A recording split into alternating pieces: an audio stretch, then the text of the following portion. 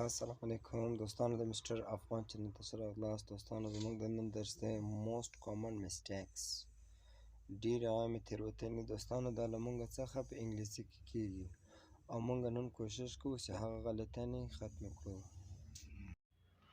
لکه دوستانو له موږ سره پیپل ایز خلق دی. دوستانو دا جمله له موږ سره غلطه ده، موږ په خپل الفاظو کې دا نه کاروو. دوستانو دلته له موږ سره دوې جملې دي، په یو کې یوه صحیح ده او بله را سره غلطه ده. They is good people دا دوستانو له موږ سره غلطه ده. They are good people دوی ښه خلک دي. په پښتو کې دوستانو مطلب یو ده لیکن که په انګلیسي کې فرق سره کوي.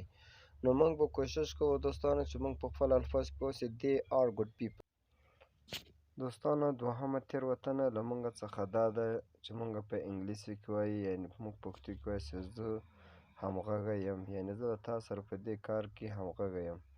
نو موږ ورته وایو په انګلیسي کې I am agree. دا دوستانو غلط ده، دا زموږ یو مسټیک ده. موږ به وایو I agree. دا له موږ سره صحیح ده دوستانو.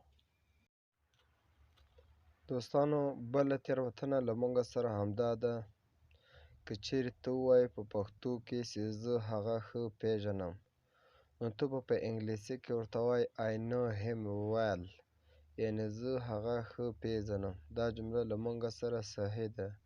او که چیرې ته په انګلیسي کې ورته ووایې چې I know him good، دا دوستانو غلطه ده له موږ سره. نو موږ به وایو چې I know him well، زه هغه ښه پیژنم.